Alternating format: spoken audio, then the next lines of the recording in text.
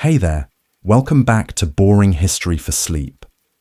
Tonight, we're doing what we do best, leaving behind the noise of today and slipping into the quiet corners of the past, slow footsteps, smoky kitchens, worn sandals, and scribes who whispered to the page more than they ever spoke aloud. So go ahead and settle in, dim the lights, let the sound wrap around you, and let's begin. You're not a knight, you're not a king, you're not even a farmer with rough hands and a muddy path home. Tonight, you've been reborn as something quieter, simpler. You are a monk, it's nearly dawn. The monastery is still blanketed in the cool hush of night. There is no sunlight, only the promise of it. The stone walls around you breathe in silence, and the world is wrapped in a dim, bluish-grey, like the inside of an eggshell. Then it happens, the bell rings. Not loud, not shrill, just one low, steady tone. It echoes across the cloisters like a memory more than a command. This is matins, the first of the 7 canonical hours. You rise, not because you're eager, but because you're trained to obey the bell. Your body aches faintly from the hard wooden cot, but there's no time for complaint. There is a rhythm to this life, and you are part of it now. You dress in your habit. Rough wool, the color of ash. No shoes yet. Your feet know the stones. You move silently down the narrow hallway, the flicker of an oil lamp casting long shadows across the walls. The chapel is dimly lit with beeswax candles. The smell is thick, warm, wax old wood, a trace of damp stone. The other monks are already kneeling. Some are older, their backs bowed, not from humility, but age. Some are young, still learning the weight of this life. Matins lasts for about an hour. Psalms are chanted in Latin. Your voice joins, the others not to be heard but to blend in. It is not performance, it is presence. By the time Matins ends, the sky outside has turned from dark to pale grey, but you are not free to wander. The rule of Saint Benedict governs every moment of your day. It is strict, yes, but it is also strangely comforting. There is no uncertainty here, only structure. You walk slowly around the cloister walk, a stone passage enclosing a simple garden. The dew has begun to form on the grass. A sparrow hops near the fountain, unaware of the sacred discipline unfolding around it. This is your moment of quiet prayer and contemplation as the day officially begins. Then comes Lauds. Another bell, another gathering. This time, the chant is slightly more spirited. Not joyful, but attentive. It's still early. The world is still quiet, and yet already prayers have been offered. After Lauds, there is a brief pause. This is when you might tend to some small personal task, folding your robe more precisely, brushing dust from your sandals, or simply sitting in silence with the sun finally beginning to slip across the stone floor. Then comes breakfast. But before you imagine warm loaves and rich fruit, remember, this is a monastery. Meals are sparse, bread perhaps a bit of weak ale or watered wine. On good days, a small bit of cheese, always eaten in silence. If something must be said, it's done in gestures or written on a wooden tablet passed down the table.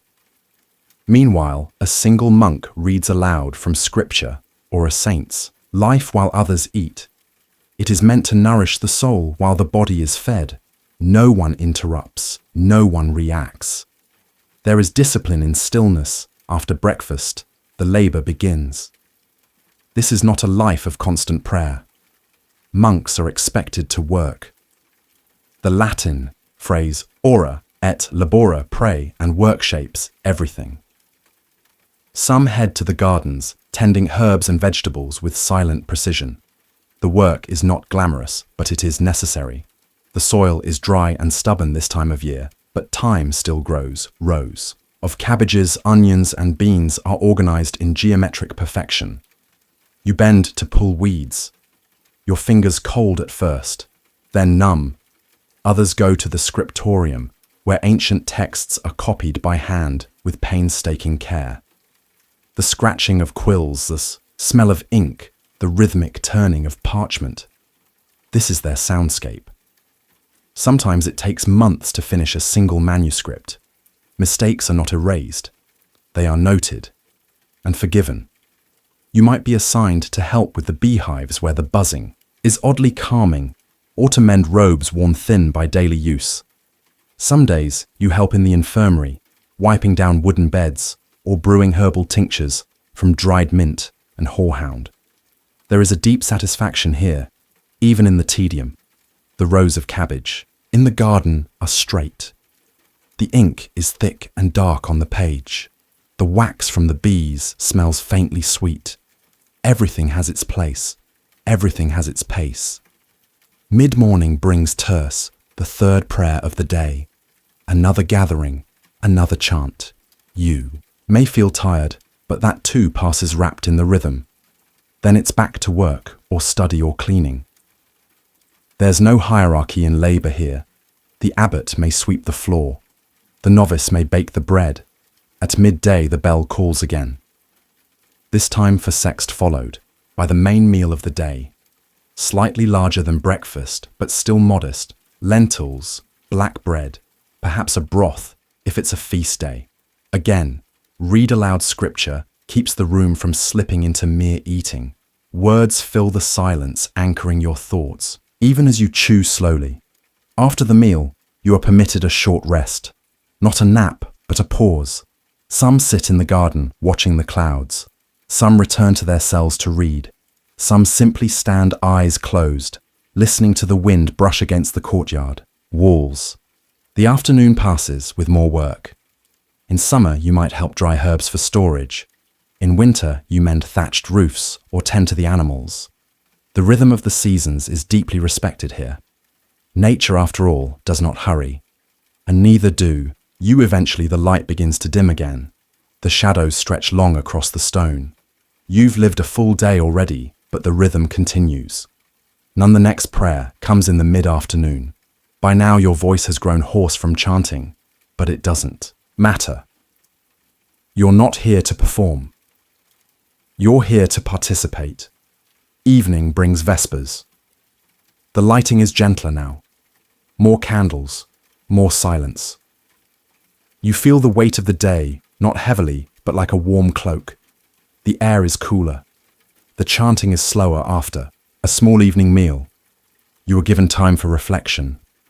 Some walk the cloisters again. Some sit in the chapel. Some read if they are lucky enough to have a text that hasn't yet been copied twice over. And then comes compline, the final prayer of the day. The word itself means completion.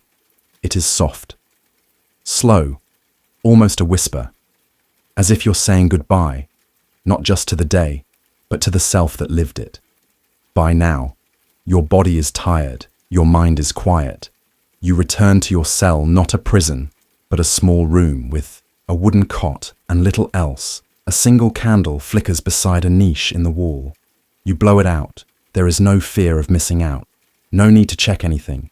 Tomorrow will come and it will look almost exactly like today. And that, strangely, is the comfort. You lie down. The stone walls cool around you. The air is still outside. The stars are indifferent. Inside, the silence is almost sacred. And as your eyes begin to close, you might ask yourself, how did a life so repetitive become one of the most peaceful in history? The next morning begins the same way. A faint bell, a breath of cold stone, the stir of woolen robes, and the quiet shuffle of sandals over flagstone. You rise not with anticipation, but with certainty. You know exactly what this day holds. And in that predictability, there is a kind of peace that few in the modern world ever taste. Today is not a feast day, nor a fast day. It is simply a work day, as most days are. Following the rhythm of matins and lauds, you begin your assigned tasks. You're helping Brother Gerwin in the scriptorium today, a cool, high-ceilinged room filled with long wooden tables, sharpened quills, ink pots, and stacks of vellum light filters through small, narrow windows, illuminating the dust as it drifts lazily in the stillness. Brother Gerwin is already seated carefully copying from a faded Latin manuscript into a fresh one. You sit beside him, trimming your own quill and preparing to do the same. Your hands are clean, your mind is focused. There is no talking, only the gentle scratching of ink on parchment and the occasional soft creak of a chair. The work is repetitive, demanding, and intensely slow. Some letters are no more than a few millimeters tall. A single mistake means scraping off the ink with a knife, letting the vellum dry and beginning again. It can take a monk over a year to copy a single book. Some monks will spend decades in the scriptorium and never complete more than a handful of volumes, but that doesn't matter. You're not here to produce, you're here to preserve ideas, prayers, knowledge, and beauty. One letter at a time, at mid-morning. The bell rings for terce, and you rise from your bench, stretch your aching fingers, and join the others in the chapel for more prayer. The chant echoes softly in the still morning air. Even after a few months in the monastery, you find your mind drifting, not toward grand theological ideas, but to the earthy rhythm of your life. How the ink stains your fingers, how the winter air slips through, the cracks in the wall, how the silence seems to deepen rather than dull your senses. After terce, you don't return to the scriptorium immediately. Today is your turn in the garden. The monastic garden is not a place of vanity, but of function. Rows of leeks, cabbages, onions, garlic, turnips, narrow beds of sage thyme and marjoram, medicinal herbs like valerian and rugro in small plots near the apothecary shed. Bees hum lazily among the clover and lavender, and you are careful not to disturb them. The soil is firm and slightly damp from last night's mist. You kneel beside a row of carrots, thinning the seedlings with care. A robin watches from a low wall. In another time and place, you might think of the work as menial. But here, in this walled corner of the world, you feel your place in the cycle of things. The food you grow will be served by your hands, eaten in silence, digested with prayer. Nothing is wasted. Nothing is rushed. You carry a bundle of wilted greens to the compost heap before heading to the kitchen for your next task. Baking bread, is baked daily, even in modest amounts. The small oven radiates a comforting heat.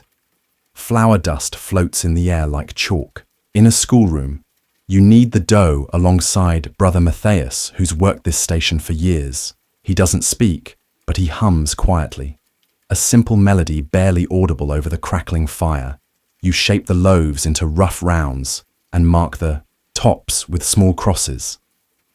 Into the oven they go, and for a while the air is filled with that rare and deeply human scent, warm baking bread. For a brief moment, the monastery doesn't feel ancient or ascetic. It feels like home, then comes sext followed. By the midday meal today, there's lentil pottage bread, your bread and a slice of dried pear. You eat slowly. Around you heads are bowed, mouths are closed, and the scripture being read aloud tells the story of St. Cuthbert, who found peace in the isolation of a hermit's cell. You find yourself wondering if he too heard the wind like this, soft, steady, just beyond the reach of comfort. After the meal, there is a rare treat, a brief period of rest. You return to your small cell, not to nap, but to sit in stillness. You read from a copied page of Augustine's Confessions. The Latin is dense, the grammar tricky, but the silence helps. Time stretches. The day is not packed with appointments. There is no inbox, no list of tasks to complete before dinner. There is only what is given and what is asked of you. In the early afternoon, you return to your manual labours.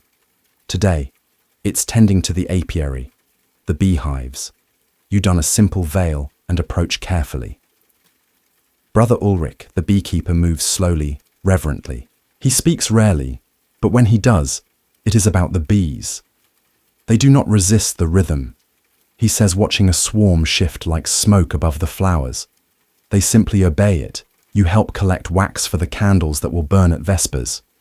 It smells faintly of flowers, and when melted, it takes on the golden hue of a setting sun. At None you pray again, your voice hoarse.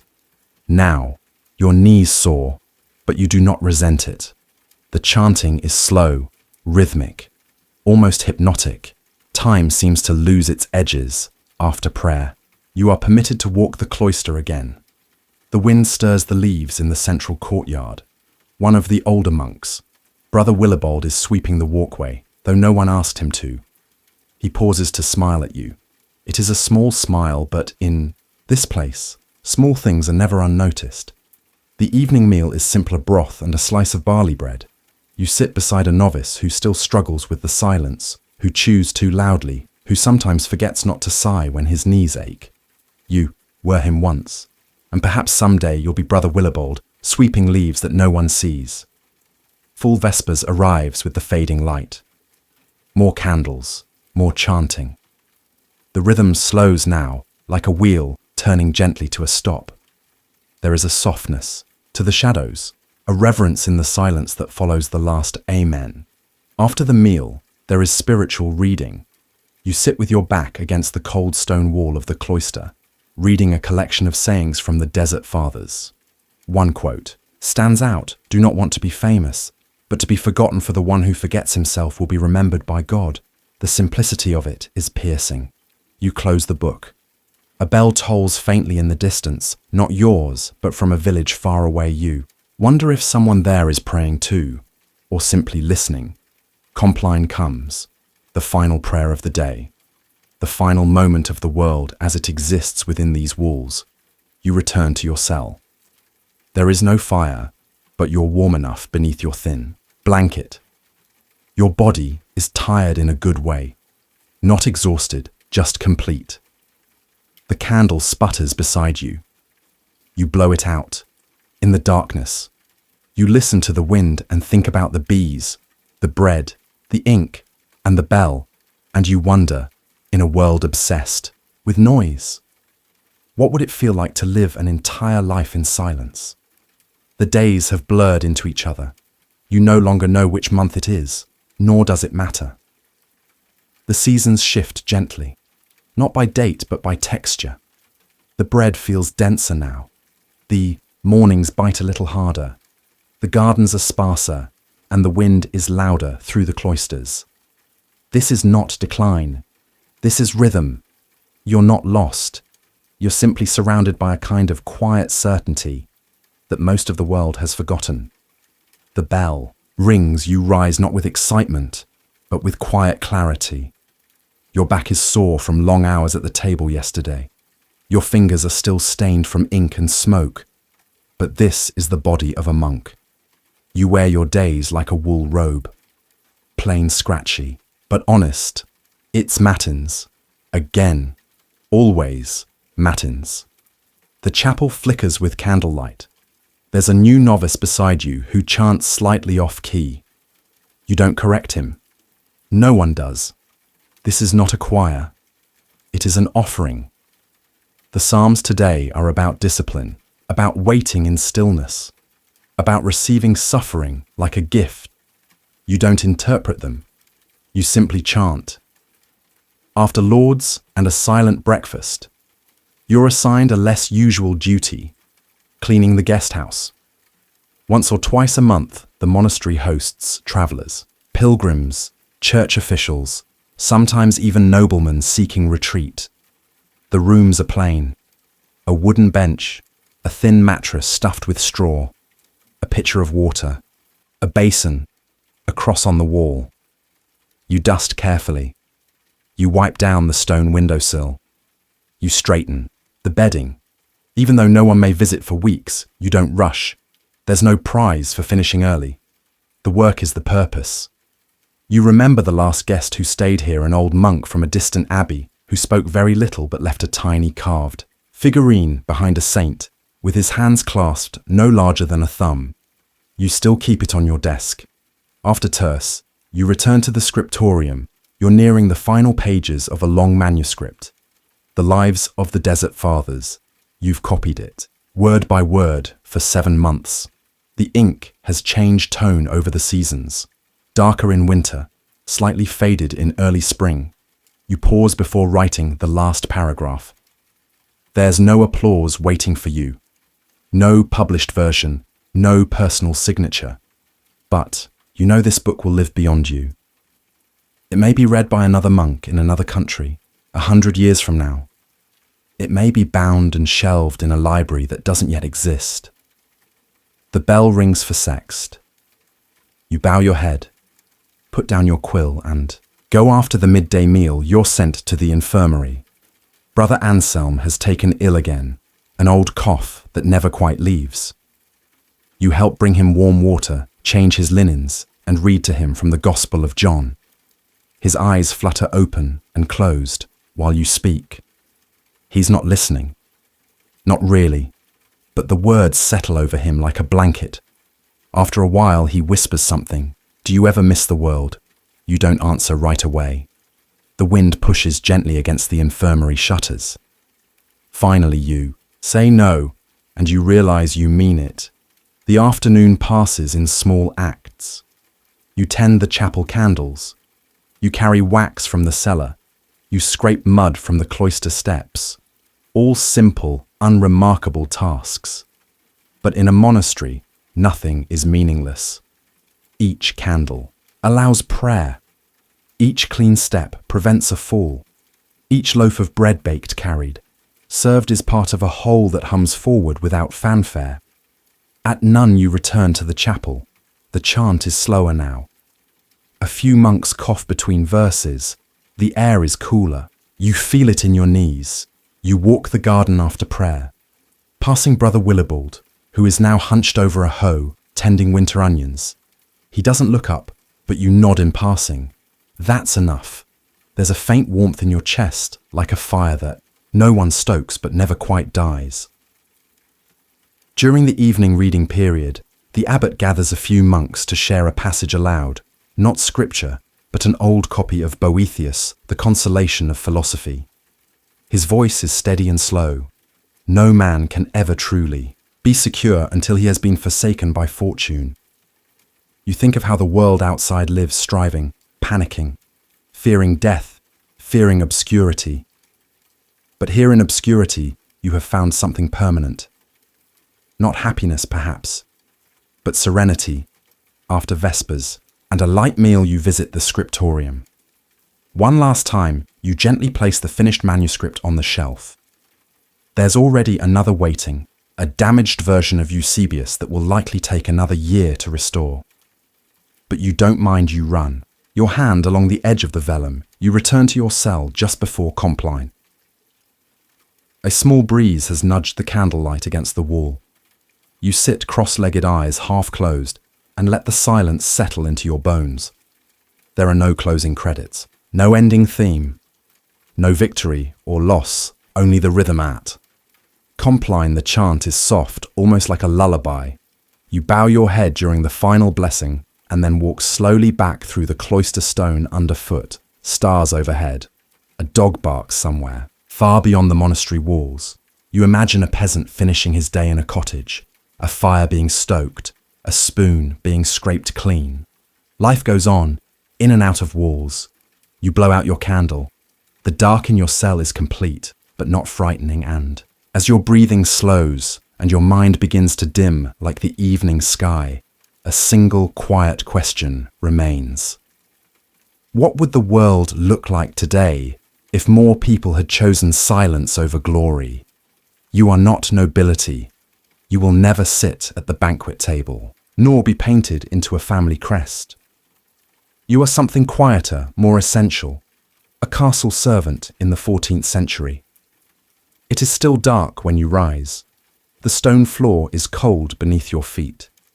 There is no window in your tiny servants' quarters, only a wooden hatch that lets in morning air thick with chimney smoke and winter damp.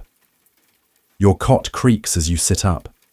You slept in your linen shift, your only one, and now you rub your arms against the chill and light a stub of a candle that guttered out the night before. No one calls your name. No one needs to. You know the routine. Everyone does. You're already behind. You pull on your woolen overdress and apron fingers stiff from the cold. Your hair is braided and tucked beneath a linen cap. You splash cold water onto your face from a wooden bowl and wipe it with the corner of your apron.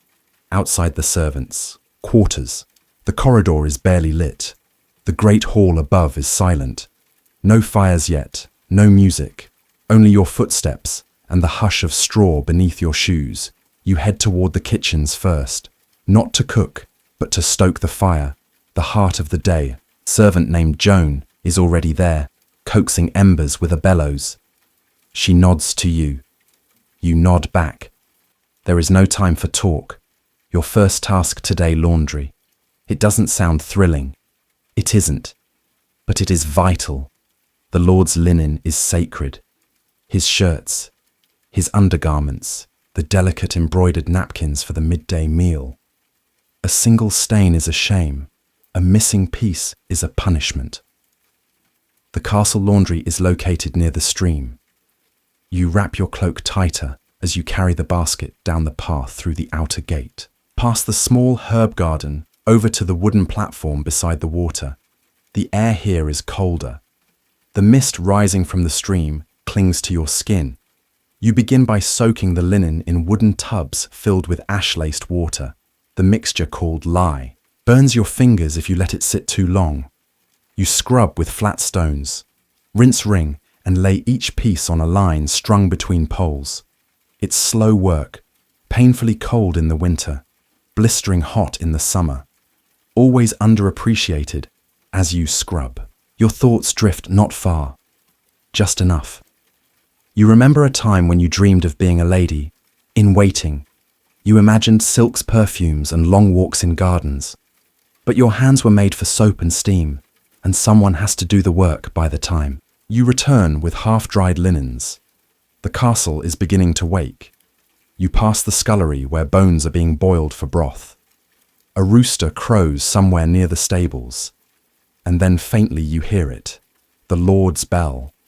The bell isn't rung loudly, but you know what it means. He is awake, and so are his needs.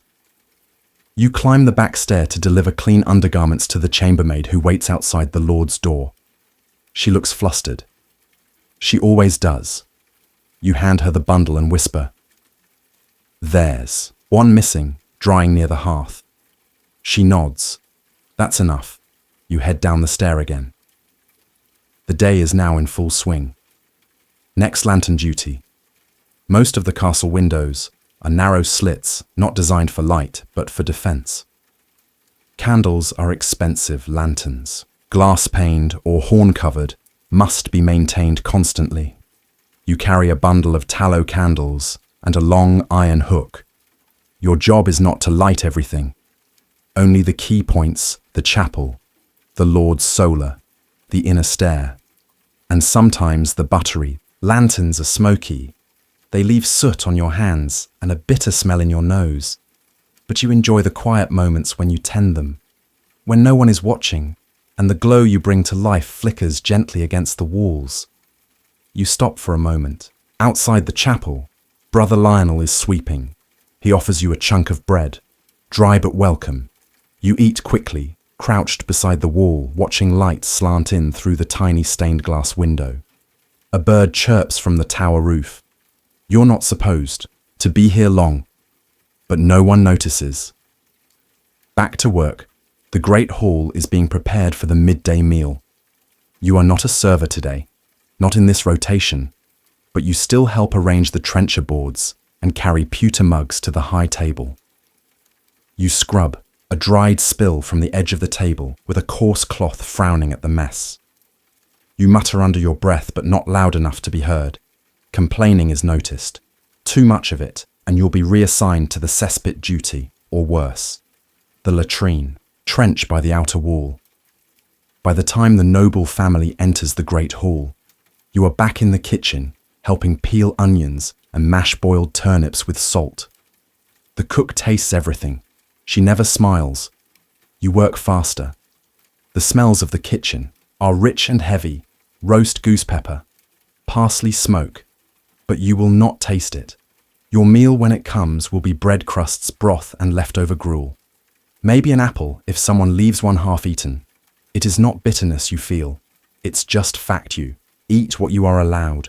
You sleep where there is space. You work when you are told. After the meal, It's time for chamber sweeping. You carry a rush broom up 2 flights, your knees aching. The Lord's chambers are lined with woven wall hangings and dark oak furniture. A tapestry sags in one corner. You pretend not to notice. You sweep slowly, carefully. The dust must go beneath the rugs, not into the hall. You wipe smudges from a brass basin, fluff the feather pillow and tighten the bed's woolen cover. You find a comb on the floor finely carved and place it back on the shelf. No one says thank you. They never do.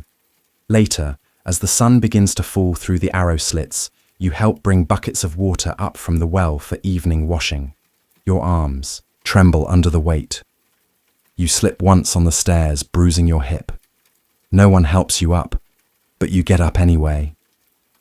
You always do. Evening settles in. The castle quiets. The torches are lit again.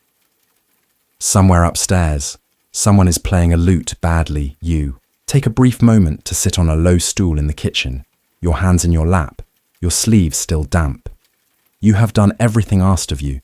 You think for a moment about how strange this all is, the silence behind the glamour, the dirt behind the gold, the hands behind the crown, and you wonder, what kept a castle alive, the family in silk or the girl with the broom? The next morning arrives not with a song, but with a sound. The same dull thud of wooden heels on stone. The clank of iron hinges. The murmur of low voices in the corridors. In a noble castle, sunrise is not golden or poetic. It is a signal, a beginning, another shift. You stretch quietly on your straw pallet, brush crumbs from your sleeves, and swing your legs over the edge. The servants' quarters are full of breathing light snores, rustling cloth, soft coughs. Someone stirs beside you. Someone else mutters in their sleep. There is no bell, no spoken wake-up call, only duty. You stand and dress, pulling on the same garments as yesterday, and the day before, a plain wool gown apron and linen coif. You lace your bodice by memory. The fabric smells faintly of smoke and old lye soap. The air outside is crisp. It's late autumn now. The courtyard has patches of frost and your breath clouds. As you walk to the outer kitchens, the fire has been started already by someone even earlier than you. You nod to the kitchen boy stoking it. He's 12, maybe younger. Already missing 2 teeth. Your first task is floor rushes, gathering old ones, sweeping them into baskets, replacing them with fresh-cut ones sprinkled with lavender and thyme. It's meant to keep the air smelling clean, though the scent rarely lasts past mid-morning. You begin with the great hall bending low with your woven basket. The rushes from yesterday are stained wine meat, grease soot. You scoop them carefully, pushing the waste aside with a hazelwood broom. It's slow, rhythmic work. No one notices unless you don't do it. The new rushes are soft and green, brought in from the riverside a day ago. You scatter them slowly across the floor, listening to the rustle as they fall. The texture under your fingers is earthy and damp. You find comfort in it, in doing something quiet, something foundational. As you work, you overhear the steward giving instructions near the buttery. His voice is clipped and precise. There will be guests tonight, 2 knights and a clerk from Canterbury. Everything spotless, everything in order. You sigh but silently. Guests mean more work, more linens, more washing, more food to prepare and clear. You tie your apron tighter.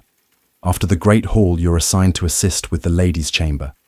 It's a more delicate job and one that requires silence and grace. Lady Isolde, the Baron's wife, is already awake and seated by the fire, having her hair braided by her maid. You knock softly, enter curtsy low. The maid points toward the laundry basket without speaking. You gather it. Fine undergarments, lace, trimmed sleeves, stockings. You fold each one with care, stack them in the wicker bin and slip out without a word, down the back stair through the cold corridor to the laundry. Again, the laundry women are already boiling water in large copper cauldrons. Steam curls in the open-air space, mixing with wood smoke and the sharp smell of lye. You add your bundle to the growing pile and begin sorting whites from coloured garments, linens from wools. You spend the next hour scrubbing and rinsing. The soap stings your knuckles, your arms ache. The stream. Water is ice. You rub cloth on a washing stone rhythmically. It doesn't make you feel productive. It makes you feel small. But not in a bad way. Afterward, your supervisor. A stern woman named Magda pulls you aside and hands you a list. Go to the storeroom, she says. We're low on salt and barley, and bring up 2 candles for the guest quarters. You obey. The storeroom is dark and earthy. Sacks of flour hanging herbs, racks of dried fish, barrels of pickled onions. You fill your apron with what you can carry, and carefully climb the stair again, trying not to spill. The candles go into a pouch on your belt wrapped in cloth to keep the wax from cracking. On the way back, you pass the clerk from Canterbury, a thin man with ink-stained hands and a limp. He does not speak. He does not nod. You are invisible to him. You return to the kitchens and hand over the barley and salt. Then you help peel carrots, slice parsnips, grind pepper with a mortar. Your fingernails sting from the salt. The cook snaps instructions. You follow them quickly. More guests arrive, a squire, 2 dogs, a clerk's boy with cold hands and an empty stomach. The castle is buzzing now. You hear boots echo overhead, laughter in the solar, the jangle of a lute. None of it is yours. You are not part of that world. You just keep it standing. Later that afternoon, you're sent to light hallway lanterns, a favourite job. You carry a taper cradled in your palm and walk the winding corridors, gently pressing flame to wick. One by one, the lanterns bloom to life. Small orbs of golden warmth. They flicker and dance in the drafty halls, making the walls come alive. You light. One near the spiral stair, then pause. There's a tapestry there you've always liked. It shows St. George slaying the dragon. But today you notice something new in the corner. Embroidered so small you've never seen it before, is a tiny woman holding a broom. You smile. By evening you are exhausted. You help set up the lower hall for the servants' meal.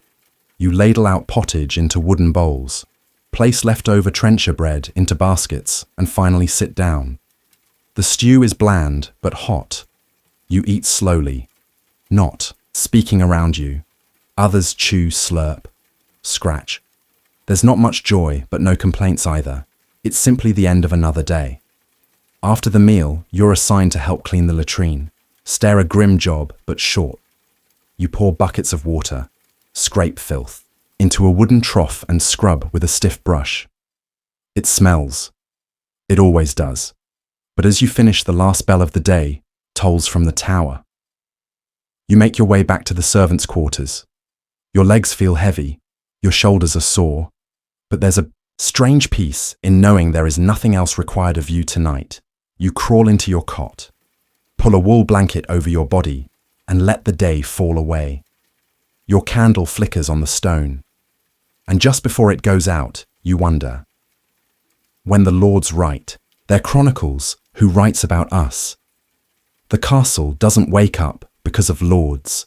It wakes up because of you, because of the boots placed by the door at night and cleaned before dawn, because of the bread dough rising beside the hearth, because of the fire you stoked before anyone else opened their eyes. No one applauds these things, but without them, the whole place would creak to a halt. Today it's raining. Not a storm, just a steady curtain of grey drizzle, soaking the courtyard and painting the flagstones dark. You pull your cloak tighter around your shoulders and rush from the servant quarters to the stables where you've been asked to help move feed for the horses. The straw is damp, the sacks are heavy, and the stable reeks of wet wool. An animal musker groom brushes down a tired grey mare. She snorts and stamps her flanks, shivering slightly. You pause for a moment, stroking her nose gently. Her eyes close for a second. You smile and move on. You don't linger. There's always more to do inside the castle. Word spreads quickly.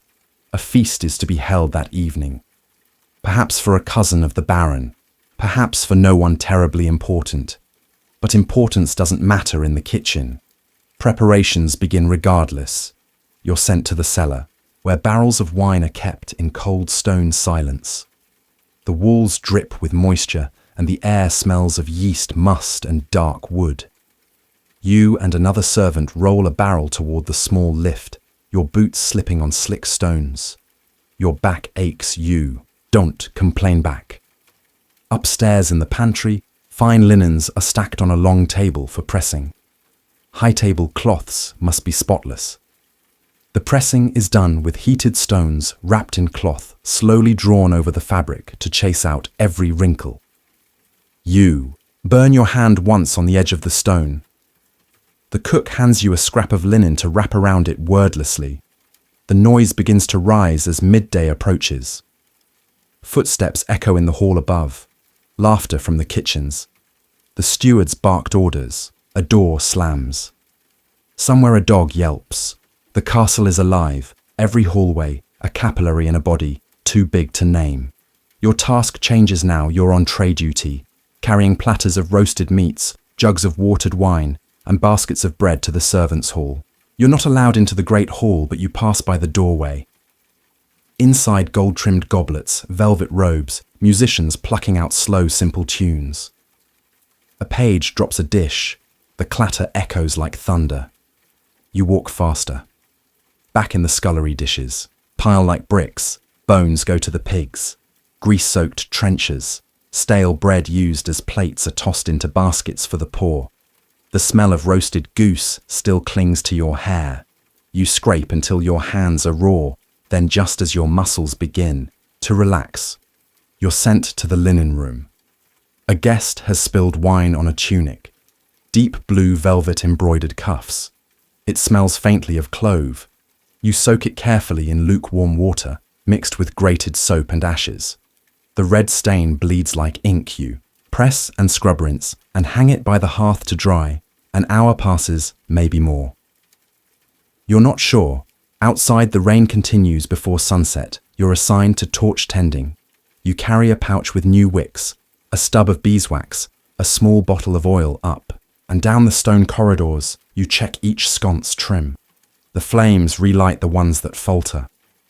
You pause at your favourite, the tall iron sconce by the second stairwell, where the shadow from a window casts a crisscross of light that dances when the flame flickers. The rhythm soothes you. You breathe deeply and carry on. In the upper hallway, you overhear. Part of a conversation, two clerks discussing a shipment of ink from Calais, or perhaps a new bishop arriving in spring. You don't follow all of it, but it's not meant for your ears. You slip past invisible as you walk through the west wing. You stop before a tapestry that's hung for years, St. George and the Dragon, a scene of triumph. But now for the first time, you notice a tiny figure. In the corner, a woman faceless, holding a broom. You smile. Just a little. Evening falls. The feast stretches long into dusk. There's laughter above music now and again, the clatter of platters being changed. You eat your meal quickly, pottage again, and bread. You chew in silence beside 3 other maids, none of whom speak. Then comes the errand. A message must be delivered to the watchtower. A small scroll sealed with wax, nothing important. You take it without question and walk across the rain-soaked courtyard, cloak-pulled close boots splashing in puddles. You climb the narrow spiral stair, cold stone winding upward, and reach the top, where a sleepy guard takes the scroll. He nods, says nothing. You turn to go, but before you descend, you pause from the tower. Window. You see the castle spread below, like a faded map. Smoky chimneys, warm candlelight. Rain darkening the slate roofs. The chapels, tiny window glows blue. Everything looks small, but you know the weight of every hallway, every tablecloth, every slice of bread. This place is built from bones you recognize. Bones like yours. Back down the stair through the outer passage and into the warmth of the lower hall. You hear the chapel bell, the final one for Compline. You are not a monk, but you listen. Anyway, the low chant slips through the walls, like fog. Your shift is over. You return to the servants' quarters, legs trembling. You light a small stub of candle. Your cot waits. The straw smells faintly of mildew. Your blanket is thin. The fire in the hearth has burned out. You lie down. And in the quiet dark, the castle creaks like a ship on still water. A live ancient breathing around you, a monument built on backs that history will never name. And just before you close your eyes, one final question settles softly like dust. Can a place built on silence ever tell the whole story? The city is stirring, but the sun has not yet crested the tiled rooftops of Rome. In the shadowed alleys behind the Forum, in a quiet room adjacent to the Thermae of Titus, you rise from a straw mat. You are not a senator, not a soldier, not even a merchant with coin to count. You are a bath attendant, one of dozens who keep the Roman public baths running from sunup until the streets fall silent at dusk. Your name is not carved into marble. Your statue stands nowhere. But without you, the city's most civilized ritual would grind to a halt. You move quietly. The walls of the bathhouse are still warm from yesterday's. Heat the stones beneath your bare feet, already holding onto the memory of fire. The hypocaust system, a network of brick tunnels beneath the floors, must be checked and tended before the day's patrons arrive. You throw on a tunic, rough and stained. Your hands are already calloused from lifting amphorae and hauling bundles of firewood. Your nose recognizes every scent in this place: scorched oil lime mortar, olive soap sweat, and the lingering perfume of rich women's bath water. In the service corridor, you light a small oil lamp and make your way toward the furnace room. This is the heart of the operation, a roaring heat chamber that channels warmth under the floors and into the walls of the caldarium. The hot room. The fire has burned low overnight. You add more wood, stacking it in layers, feeding the flames with dry pine. The fire crackles hungrily, devouring the bundle. The smoke is funneled away through narrow brick shafts, but the warmth spreads quickly. You sweat before the sun even rises. The other attendants arrive one by one. No greetings, just nods. They know the drill. Some clean the latrines. Others sweep the apoditerium, the changing rooms. One boy refills the oil flasks. Another scrapes yesterday's. Grime from the marble basins in the tepidarium. The warm room. Everyone has a task. Everyone knows their pace. You're sent to check the strigils, curved metal tools used to scrape oil and dirt from the body. You sort them, clean them, line them up neatly near the entrance. Each one will be handed out to a patron later, along with a small vial of oil and a linen towel. It's still early, but the baths must look spotless. You wipe the benches, sweep fallen olive leaves from the garden courtyard, and straighten the mosaic tiles around the plunge pool. A cracked one near the corner is beginning to shift. You make a note to tell the foreman, though he'll likely ignore it until someone important complains. You pause to breathe in the stillness. The Thermae for now are yours. The arches cast long shadows. The marble statues seem more alive in the quiet Diana holding her bow. Neptune rising from a carved wave. A headless Venus leaning against a pillar. Light creeps slowly through the clerestory windows, warming the fog that floats low in the caldarium. Then the first visitors arrive. A senator's slave enters first, carrying a bundle of linens and an amphora of perfumed oil. His master waits just outside, being carried by litter through the city gate. You bow slightly and step aside. You are not addressed. Next comes a group of merchants, loud laughing, already arguing over grain prices and olive quotas. They slap you on the back, toss a few copper coins your way, and demand extra towels. You oblige. Soon the bathhouse fills. You move constantly, replacing oil flasks, tending the furnaces, clearing discarded sandals from the edge of the cold pool. You mop up a broken oil jar near the massage bench. You adjust the damp linens folded beside the laconicum, the dry heat room. You offer a bowl of warm water to an elderly man who's been sitting too long in the caldarium. He takes it without a word. His hands tremble slightly. You pretend not to notice in the apoditerium. You watch two boys sneak off with someone's sandals. You catch them by the scruff, take them outside and give them a warning. They run. They'll be back. They always come back inside. A man calls for help. He's slipped in the tepidarium. You fetch a bench and help him up. He complains about the temperature, the floor, the crowd. You nod politely. No one asks how your morning is going. At midday, the noise peaks. The air is thick with steam, sweat and sound. Someone is singing in the corner of the frigidarium. Two scribes argue over a piece of scroll. A butcher loudly retells a joke he's already shared twice. The echo turns it all into a dull roar, and yet you keep moving. You refill buckets, check the boiler drag, a crate of wood down the side hallway. Your tunic clings to your back, your sandals squish with each step. By now, your stomach aches from hunger. You find a moment, just a moment, to duck into the back corridor where a small clay pot sits waiting. Inside yesterday's barley mash and 2 dates, you eat it standing, you chew slowly. You do not complain. Small boy taps your arm. His father wants more towels. You nod and return to work. You pass the massage rooms where oil is being worked into shoulders, arms and legs.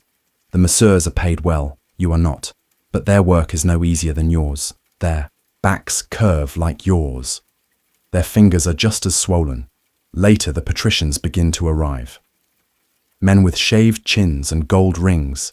They come with servants with cushions with folded garments scented with saffron. You nod as they pass. One of them drops a coin in your hand. You do not thank him. You simply bow in the afternoon. Lull, you find a quiet corner near the garden. The sound of trickling water soothes you. You sit on a step beside a statue of Apollo and stretch your arms. The ache is dull, constant, familiar. A fellow attendant passes by and tosses you a fig. You nod, bite into it, savor its sweetness. Small gifts mean more here than praise. The day isn't over. The sun still hangs low golden, now casting long shadows through the misty halls. But for a moment, the bathhouse breathes not loudly, not frantically, but like a tired man resting after a long walk. You will return to the furnace soon. You will scrub more tiles. You will carry more buckets. But for now, the steam curls upward, the mosaic tiles glisten, and you are still, and you wonder, in a city obsessed with greatness. Why do the quietest hands hold it all together? The fire is low again. You're back in the furnace chamber, crouching before a massive clay-mouthed hearth that feeds the hypocaust system beneath the marble floors. Your tunic sticks to your back with sweat and soot.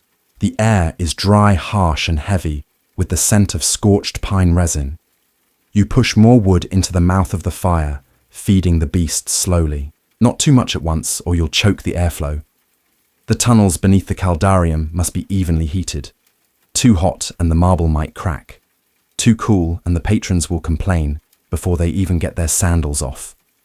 You've learned to read the heat like language by the shift in the flames, the draft in the vent, the creak of warming tiles overhead. No one thanks you for it. No one knows. But the baths are only pleasant because of this fire, and this fire breathes because of you. You rise, carefully stretch your legs and wipe your forehead with the inside of your elbow. The work never really stops. The fire is just one part of it. You step into the tepidarium, the warm room, and walk slowly through the steamy air. It's quieter now. The midday crowd has begun to thin.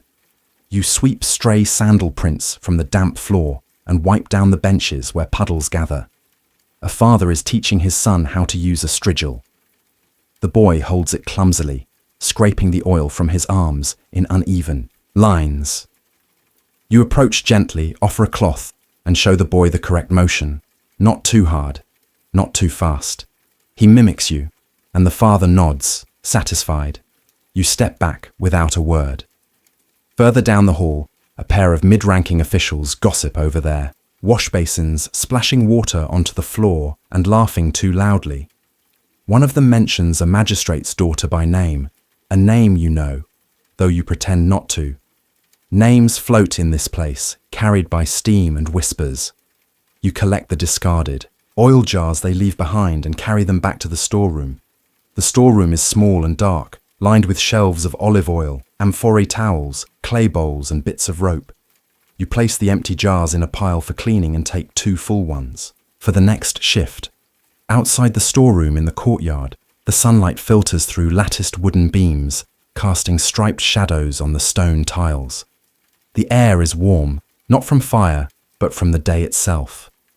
You stop for a breath near a fig tree. One of its fruits has split open on the ground, sweet and sticky. Bees hover over it. You watch for a moment, then back to work. In the frigidarium, the cold plunge pool glistens like glass. Few enter it willingly, especially in winter, but it's required for health, or so the physicians say. You spot 3 young men standing on the edge, daring each other to jump. One does. His splash echoes through the room. He surfaces with a gasp, laughing. You smile faintly, but keep moving. You mop a small spill by the edge of the pool and adjust the stacked towels near the doorway. The cold room is lined with pale blue tiles and the air smells faintly of mint and limestone. From here you move to the laconicum, the dry heat room. It's quieter, less frequented. The heat here is stifling, meant to open pores and calm the spirit. You check the coals beneath the brazier. Stir them gently and pour a ladle of water onto the stone wall to generate a faint mist. An older man, eyes closed, breathes deeply from a bench. Nearby, you do not speak. He nods once, acknowledging your presence. That is enough. In the late afternoon, the massage attendants begin their shift. You help carry in jars of scented oil, lavender, myrrh, rose. The scents fill the corridor, replacing the sweat and smoke of the morning. The massage room is lined with padded benches and smooth stones. Patrons lie quietly, their backs gleaming with oil, their limbs stretched and pressed by calloused hands. You hand a jar to a young masseur. She thanks you softly and continues her work. By now your arms ache, your calves are sore, your feet feel swollen, but your tasks are not finished. You return to the caldarium. The hot room is at its warmest now. The marble walls sweat. The air is thick and wet. You check the bronze valves near the pool, controlling the flow of hot and cold water. One creaks stubbornly. You adjust it with a rag and bare hands, careful not to burn your palm. A woman slips on the stairs. You're there quickly, offering a hand helping her stand. Her expression is embarrassed. She brushes herself off and walks away without a word. You retrieve her towel draped over the bench and refold it neatly. Time blurs in the heat. Evening nears, shadows stretch across the walls. The light turns golden through the high windows. Some patrons are gone already, others preparing to leave. Their voices are softer now. The bathhouse exhales. You are called back to the furnace. The fire is low again. Of course it is. You kneel. Stir the embers, add more. Wood slower now. Less fuel needed this late in the day. The flames lick the edges of your sleeves. You pull back just enough. Your fingers are dry and cracked. But you work carefully. You sit for a moment beside the fire, listening to its breath. You think of how this bathhouse, grand as it is with its mosaics, arches, fountains and sculptures, would be nothing without labor, without fire, without hands like yours. Tomorrow, it will start again. Before the first visitor arrives. Before the first sandal hits the stone. Before the first drop of oil falls into a palm. You stand. The marble underfoot groans faintly as the last heat moves through the walls. You walk, back through the quiet halls, past empty benches, drained basins and scattered towels. The statues still stand unmoved, untouched. Apollo with his lyre, Diana with her stag, figures of beauty and myth. But they did not light the fires. They did not carry the buckets. They did not scrape the floors or polish the drains or refill the oil jars that made this bath feel like a temple. That was you. And as you close the wooden door behind you, stepping into the night air where the city glows faintly with torchlight, a question lingers. In all these walls of marble, where is the statue for the one who kept them warm? It is night in Rome. The streets beyond the bathhouse are quieter now, though not truly silent. A drunk man sings badly 2 alleys away, dog barks. Somewhere a cart creaks over cobblestone. But here within the bathhouse walls all is still. You are the last to remain. Most of the attendants have gone home, returned to the crowded insulae or low-roofed dormitories where they'll eat small meals and fall into shallow sleep. But you've stayed behind to finish the final round. The quietest work of all. You light a stubby oil lamp and begin your walk in the apoditerium. The changing room. Sandals lie scattered where they were kicked off, some half tucked under benches, others abandoned. You collect them one by one, stacking them into baskets. The smell of worn leather and sweat still lingers faintly in the air. You open a window to let in a sliver of cool air. The benches are wiped, the floors swept. You move next to the tepidarium. The warmth remains trapped in the stones. The mosaic underfoot, worn smooth by thousands of feet, shines faintly under the flickering lamplight. You find a strigil left behind on the ledge, brass slightly, bent. You wipe it down and place it on the shelf at the edge of the pool. You kneel to collect a hairpin bronze shaped like a leaf. Someone will return for it tomorrow. Or not. You linger a moment longer than necessary. This room in the silence feels like a memory. You close your eyes and hear it as it was earlier. The water splashing laughter echoing the scrape of a stool on marble. The heat buzzing in your ears like a drumbeat. All of it, now gone swallowed by night, you move on. The caldarium, once filled with steam and conversation, is now empty. The air is cooler. The water in the hot pool no longer shimmers. Its surface lies flat, reflecting the ceiling like a sheet of glass. You dip your hand in. Still warm. Still alive. You check the bronze. Valves. You run your palm over the stones lining the wall. In one corner, the lime mortar has begun to crack. You will mention it tomorrow again. You're not sure anyone will fix it. You open a vent to release some of the trapped heat. It hisses softly. Like a sigh from the massage rooms, the smell of oil lingers heavy floral earthy. The benches are wiped down, towels hung to dry. You adjust a crooked stool, then stop and sit. Just for a minute. You rub your fingers together, still oily, still rough. You flex your feet inside worn sandals. They ache but not painfully. It's the ache of use of movement, the good kind. When you rise again, you feel it in your spine. It's getting harder to stand without sound. In the frigidarium, the cold plunge pool waits. In silence, a few ripples dance on the surface where a leak in the ceiling drips slowly into the water.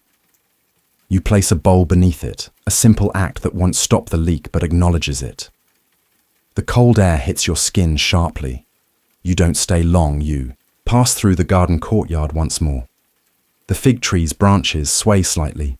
A breeze moves through the columns. You see stars above, just a few peeking through the gaps in the roof. You let the air touch your face. Then back inside toward the furnace room, your final stop. The fire has burned low, but not out. You kneel before it again. Not to feed it, but to watch. The embers pulse like a heartbeat. The orange fades to grey at the edges. You take a handful of ash and scatter it gently over, the flame calming it. The fire resists, crackles one last time, then settles into sleep. The hippocaust will cool overnight. The bathhouse will forget you were here, but in the warmth that lingers in its bones, your labour remains. You wipe your hands on, your tunic. You rise before you leave. You pass again through the tepidarium. You pause beneath a statue of Neptune, carved long ago. The god of water. He stands triumphant, trident, raised. His eyes are blank, his muscles too perfect. You stare for a moment and wonder, did Neptune ever carry a bucket? You step out through the side door where the service path leads back toward your living quarters. The street lamps flicker. A few figures shuffle past, cloaks pulled tight. You walk slowly. The ache in your knees has returned. The soles of your feet feel flat, pressed, thin like parchment, but you breathe easily. You don't carry the bathhouse with you.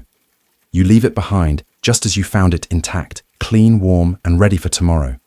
That's all anyone will. Know that it was just there, just open, just ready. And that will be enough at your door. You pause to wipe your sandals, not because anyone will see, but because that's who you are now, the one who wipes the dust away, even from things. No one notices you. Enter the small room. A single cot, a clay bowl, a faded cloth. You light a small lamp and sit down. You remove your sandals slowly. You stretch your back, then lie down, staring at the wooden ceiling above. It creaks softly in the breeze, and in the darkness, the echoes of the bathhouse drift gently through your mind. Steam rising, voices fading, water flowing, fire breathing, sandals sliding over stone. You were there for all of it. And though no monument bears your name and no statue marks your labor, you think of the question that's come before, again and again. The one that hums in your bones, like the furnace once did. What is civilization if not a clean floor, a warm room, and someone who stayed late to make it? So you wake before the sun. There is no bell to rouse you, no call from the minaret, just the soft echo of sandals down the tiled hallway and the creak of your straw mat as you rise. The air is cool, almost sharp, and your hands instinctively reach for your wool shawl before your eyes have fully opened. You are not a nobleman, not a warrior. You are not a poet, reciting verses in a candlelit court. You are a scribe. More specifically, you are a junior copyist in the scriptorium of Shiraz, deep within the complex of a medieval Persian madrasa, a place where books are written, not for decoration but for devotion, preservation, and the quiet pursuit of knowledge. Your day begins with silence. You cross the inner courtyard, its fountains still, its rose bushes still asleep under the morning chill, and slip into the scriptorium through the servant's door. The building is older than you. Its walls are painted with careful patterns, chipped in places still beautiful. The air inside is warm, faintly dusty, laced with ink and old paper. The senior scribe is already present, seated, cross-legged before his workbench, head bowed in concentration. His reed pen dances silently over the parchment. You bow your head slightly and take your place. Today you're copying part of Al-Ghazali's The Revival of Religious Sciences, a dense theological work written in the century before yours. It's not for sale nor display. It's destined for a local mosque library. It must be perfect. You unfold your tools. A fine sheet of vellum made from calf skin, smoothed and dusted, a small knife to scrape any errors, a slender reed pen trimmed and sharpened just yesterday, a vial of deep black ink made from soot gum and vinegar, a clean cloth to wipe your hands, a wooden guideboard to keep your lines straight. Before the first stroke of the pen, you recite a silent prayer, a habit taught to every apprentice. It's not required, but it helps. Writing is not just an act of replication. It is a form of devotion. You dip the reed in ink, you pause, and then you begin. The words must flow like water, slow, measured, elegant. Not one too fast, not one crooked. Each letter forms like a blossom unfolding across the page. Your hand moves steadily.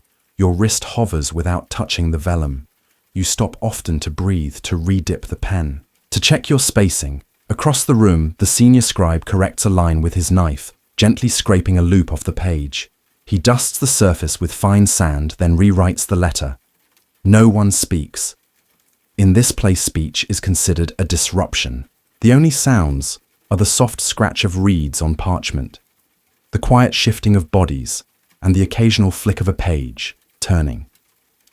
From time to time, the master illuminator, enters a tall man with stained fingertips and sharp eyes. Hez here to review. The pages completed yesterday. He nods at your work but says nothing. Later he will add the flourishes, gold leaf, lapis lazuli, and intricate geometric patterns.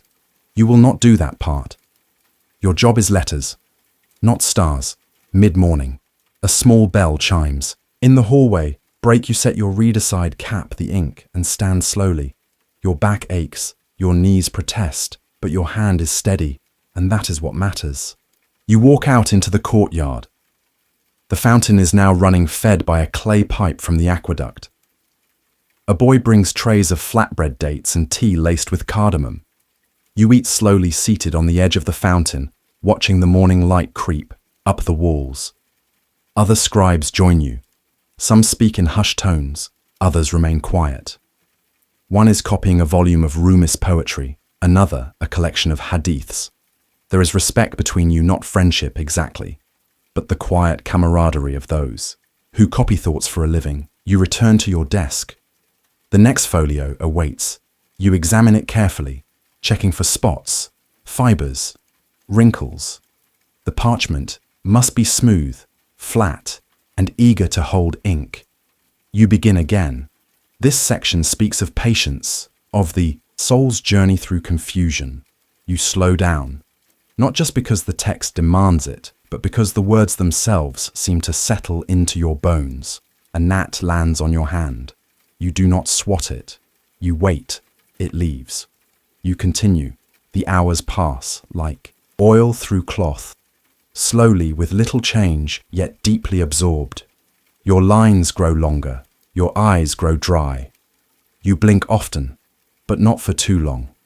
Mistakes come when attention slips. A page is finished. You set it gently aside, weighted beneath a flat stone, and begin the next. The scriptorium is warm now. The midday sun has heated the roof tiles. A thin shaft of light falls through the upper window, cutting across your desk. You shift slightly so the glare doesn't touch your ink. The master scribe passes behind you, pausing to inspect your work. He says one word. Steady, that is praise. High praise. In the late morning, the call to dua, prayer echoes across the city. You cap your ink and bow your head. Not everyone rises. Some finish their lines first. Others move immediately. You join the prayer after finishing the last word on your page. It reads, "The heart that waits in silence may yet find what it seeks." You smile faintly. Later you're asked to assist with binding preparation. It's not glamorous, just folding and stacking parchment sheets, aligning them with a wooden press. But its important misaligned pages are the shame of a scriptorium. You press slowly, checking every edge. Your hands are tired, but careful. The scent of the press is different, from ink more like cedar wax and linen thread. You enjoy the change of pace. It reminds you that books are more than words.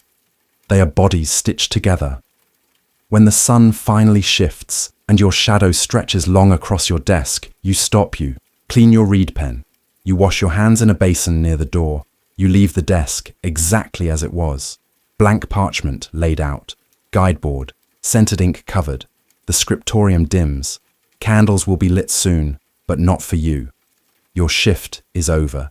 You walk again through the courtyard, past the fountain beneath the vine-covered arch. The wind smells of dust and jasmine. Your shawl flaps lightly behind you, and as you step out into the noise of the outer city, merchants shouting carts, creaking sandals, clacking over stone, you carry the silence with you, and you wonder, in a world so loud, who will remember the ones who wrote everything down.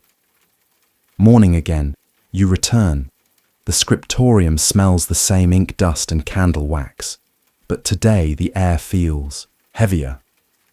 Not with heat, but with anticipation. The master illuminator is due to review completed pages and assign decoration work to the most skilled scribes.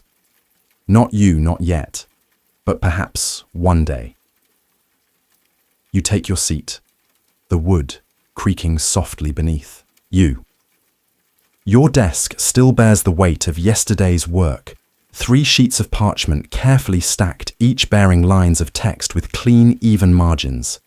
You unwrap your tools, bow slightly toward the senior scribe, and begin preparing for the day. Today's text is from Avicenna, a passage on medicine dry to some, but for you, it feels alive. You admire how cleanly he moves between observation and philosophy, how he places wisdom inside the body itself. You know the words by sight before the pen touches parchment, but still you copy slowly, reverently. You trim your reed pen with a knife, adjusting the angle for sharper consonants. You dip it once in ink, and you begin. Each letter is a sculpture in miniature. The angles must be sharp, the curves flowing, like water over glass. Persian script isn't just functional. It is art, and every page is a canvas, even if no one ever calls it that. A senior scribe across the room coughs lightly. A deep, chesty sound. He winces, but continues working. You glance at him only briefly. There are no sick days here. The books must be finished whether or not the body cooperates. The master illuminator enters. The room stills. He walks slowly, silently, trailing his fingers along the completed folios like a collector in a gallery. His robe is simple, but his hands are ink-stained and gold-dusted. He is not a wealthy man, but in this place, he has power. He stops by your station, eyes flicking across the parchment. He says nothing but lingers. Then keep the spacing tighter. The lines are generous.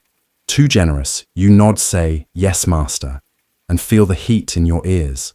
When he moves on, you exhale. It's not a failure, it's correction. But still, you feel the pressure of perfection press deeper into your spine. Back to the page, you adjust your guideboard. Measure again. Redraw your light pencil lines between rows. You begin anew, your hand cramps. You stretch it discreetly, placing your pen down beside the ink pot. You rub your fingers. Then once the tremble subsides, you begin again. Mid-morning brings a brief break. You step outside into the courtyard, seeking shade beneath the fig tree. A sparrow hops along the ledge of the fountain. 2 scribes play a quiet game with stones on a carved board, heads bent close, murmuring strategy. You break. You're fast with a piece of flatbread dipped in cooled lentil stew from a clay pot wrapped in cloth. It is enough. It is always enough. You watch the others for a while.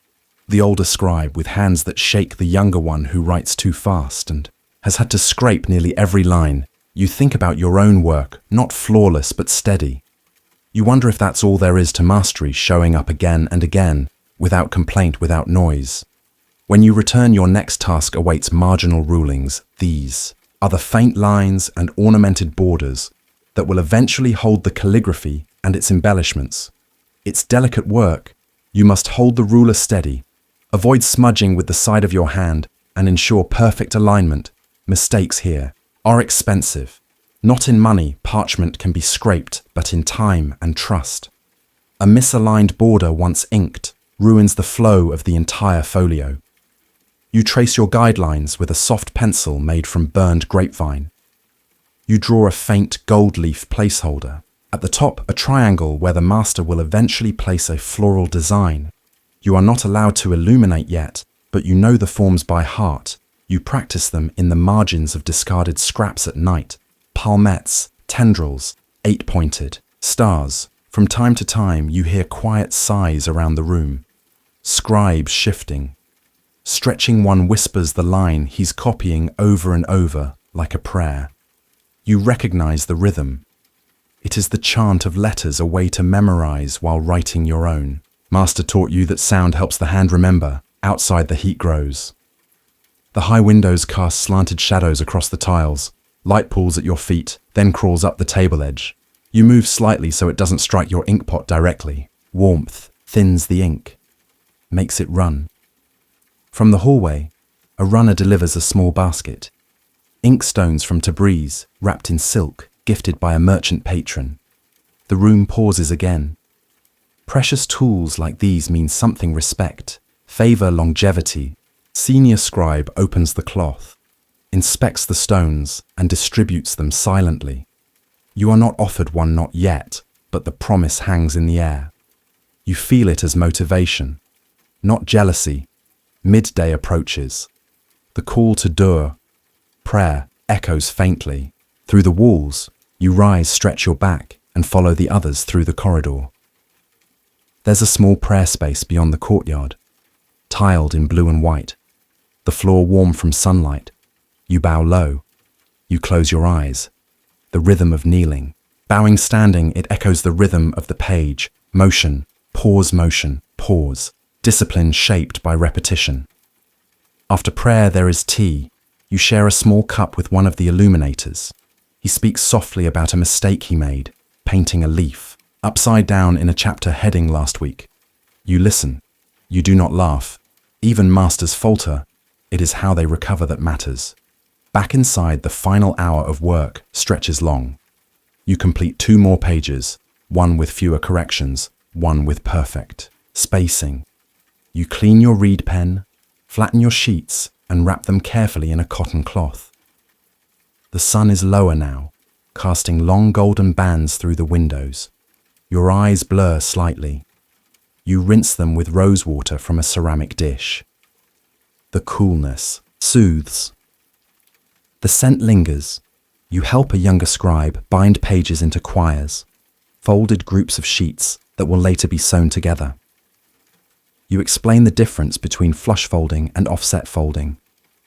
He listens carefully, nods twice and whispers, "Thanks, you remember being him. You still are sometimes." When the final bell rings, you step back from your work. No ink spilled, no pages torn, no lines misaligned. Just quiet. You wrap your tools, bow again toward the front of the room, and walk into the evening. Outside, the city of Shiraz hums with voices, carts, footsteps, and calls to market. But your mind is elsewhere, still hearing the whisper of the reed on parchment, the scrape of the knife, the hush of the candles. Breath. You carry that silence with you, like a second skin. And as you pass the wall of the scriptorium, your shadow stretching before you, you think quietly. What if the truest things in the world were the ones written by those no one remembers? The day begins again. Just like the last, you arrive at the scriptorium before the bells of the mosque, before the sun has crested the clay roofs of Shiraz. The air is still cool, tinged with the scent of last night's lamp oil and dry rose petals crushed underfoot in the courtyard. Your breath fogs slightly as you unwrap your tools, your reed pen, your inkpot, your chalk and burnisher, and a clean cloth folded with care. But today is different. Today the manuscript is almost finished. A full folio of poetic and philosophical writings by Saadi, copied by your hand over weeks of slow, silent labor. You are no longer working on loose sheets or fragmented phrases. You are preparing something whole, something that soon will be sewn, bound, and shelved, for others to read, perhaps for generations. You begin with inspection. Each page must align, every line must breathe evenly within its margins. The parchment must be smooth and unblemished. You gently lift one sheet, holding it to the slanting morning light. You find a fiber sticking out of the corner and trim it with your knife. You run your fingers along the text, searching for inconsistency. Each mark must reflect not only accuracy, but intention. You discover a tiny blot on a comma invisible, to most, but not to you. You reach for your scraping knife, gently lift the ink from the vellum, dust it with fine chalk, and smooth it again. Now it's clean. No one will ever know it happened, but you will. That is the discipline of the scribe invisible, perfection. The air in the room warms as the sun creeps higher. Across from you, the master scribe adjusts his glasses and examines a newly completed chapter.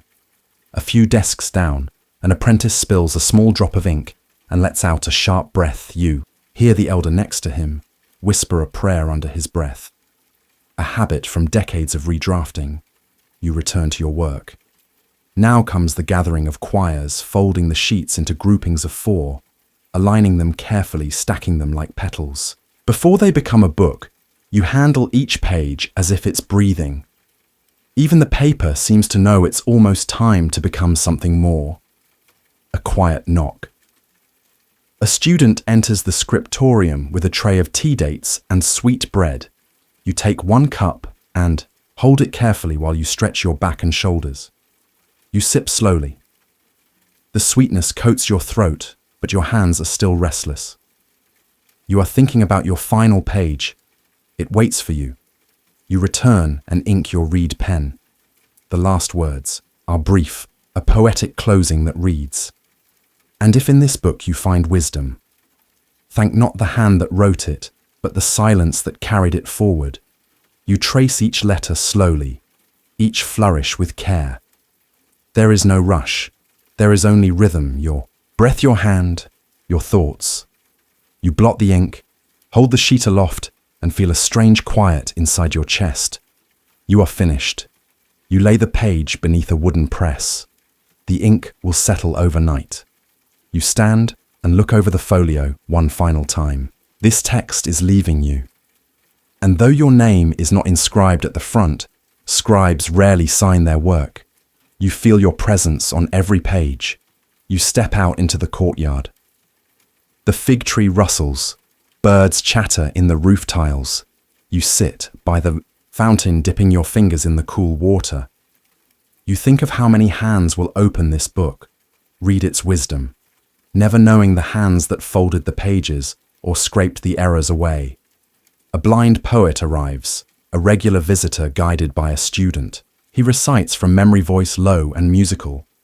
What is the soul but a book still being written? The scribes pause to listen. Even the master illuminator stops applying gold leaf to a chapter heading and closes his eyes. You feel the line settle into your chest, heavier than it seems, later back inside. The master scribe reviews your folio. He lifts it page by page. No comments at first. Then a pause. He pulls 2 sheets aside. The margins are a finger too wide. You nod. Take them back to your station and begin again. There is no protest, no bitterness. The book must be as perfect as the text deserves. You recopy the pages slowly. You know the words well now, their weight, their flow. You press your wrist lightly above the parchment to avoid smudging, your pen gliding like a dancer across the floor. The second version is better. When you return the corrected pages, the master simply nods and slides them into the stack. The folio is ready. A binder will stitch it with thread and leather. A student will deliver it. You will not see it again, but it will carry your care inside it. Page by page, as the day winds down, you help clean the desks, sweep sand into a small copper tray, reorganize the ink pots. Then, just as the last candle is extinguished, you are called by the master, illuminator.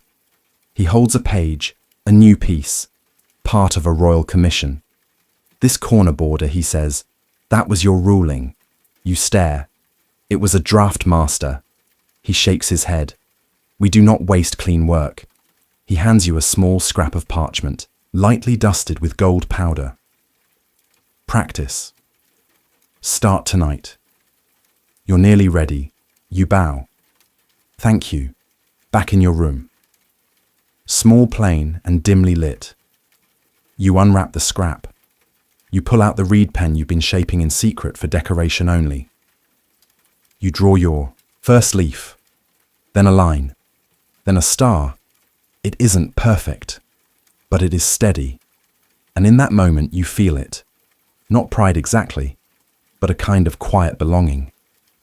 The manuscript is gone, but your hand remains shaping ink, guiding light, carving silence into permanence, and, as you look at the gold powder shimmering faintly under your lamp, a thought settles in your chest like a final sentence. We remember the words, yes.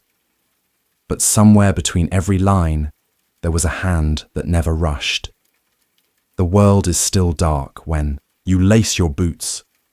It's just before dawn in the English countryside, somewhere between the farmlands of Hertfordshire and the rising mists of Berkshire. The birds have not yet begun their songs, and the frost still clings to the grass. But you are awake, kneeling by the fire as it smoulders in the hearth, a clay mug of watered ale in one hand and a rough waxed satchel in the other. You are a postman, or as some call it, a foot runner, a letter carrier, a king's walker. You deliver messages not by stagecoach or mounted horse, but by foot across lanes, fields, market roads and muddy tracks, carrying satchels of sealed letters from town to town, house to house. You walk an average of 30 miles a day, 6 days a week in all weathers. And despite the aching feet and soaked tunics, you find something close to peace in the quiet rhythm of it all. You rise before the gentry, before the townsfolk open shop, before the chimney smoke curls up into the grey morning sky. You are the first foot to touch the road. Today, your boots are thick-leathered, worn at the heel. Your coat is wool water repellent but heavy. A wide-brimmed hat keeps the dew off your hair. In your satchel are the letters, some with red wax, some black, some plain, wrapped in a bundle of cloth, to keep out the damp. Each bears a name. Each has a place. You do not read them. You are not paid to read. You are paid to move. As you leave the post station, a small stone building behind the parson's cottage, you pass the stable boy yawning in the yard. He waves. You nod. No words are exchanged. They aren't needed. Your first mile is through woodland. The trees arch above you like ribs. Last night's rain has made the path soft, and your boots press deep. A fox watches from behind a fern, then disappears. You walk steadily, the weight of the satchel familiar on your back. The air is clean-touched with damp leaves and chimney soot from a distant hearth. You walk not in silence, but in stillness, the kind of hush only the early hours offer by the time. You pass the edge of the woods. The sky is pinking. The fields beyond are layered with fog. Sheep stand like ghosts on the rise. A distant church bell rings 5 times. You check your route. Slate, a small wooden board with a waxed surface where you've etched today's drop points. The first village is 6 miles west. 2 letters, one for the rector, one for the village cooper. You press on. The road becomes a track, then a stone path, then a dirt lane rutted from wagon wheels and rain. You pass a woman, sweeping her doorstep. She offers you a piece of bread wrapped in cloth left over from yesterday's baking. You accept it with a nod. You'll eat it later after the 3rd village. It's too early now. Too early to stop the motion. As the sun rises the first, crows call overhead. You adjust your hat and shift the satchel strap across your chest. The letters shift inside, always the sound of paper. You like that sound. In the next mile, you cross a stone bridge over a shallow brook. The water below moves, slowly gathering leaves. You pause briefly, looking down. You count the fish. 4, maybe 5. Then onward. By mid-morning, you reach the first village. It's not much, a few cottages, a small church, a smithy, and the smell of oats and iron in the air. The cooper greets you with a laugh. You hand him the sealed letter. He squints at the seal from Guildford. I'd guess that cousin never stops writing. You nod. He hands you a mug of warm cider. Just a sip. It burns gently on the way down. Then you press on. Next, stop a farmhouse a mile out. You take the back path. A sheep trail worn to mud by years of passing hooves. Your feet slip slightly, but your pace doesn't falter. A boy meets you at the gate. You the runner. You nod. He takes the letter and runs inside. No tip, no thanks.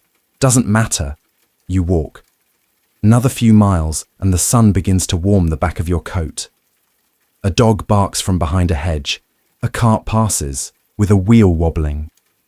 You give a brief nod to the driver. He spits into the grass. You pass 3 cottages, all quiet. One is abandoned ivy, growing through a cracked window. You wonder if anyone ever sent a letter there. You imagine what that letter might have said. You move on at mile 12.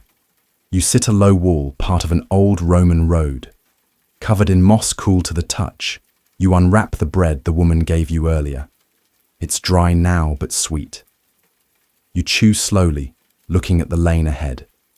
It bends toward the west and disappears behind a hill. You sip from your flask.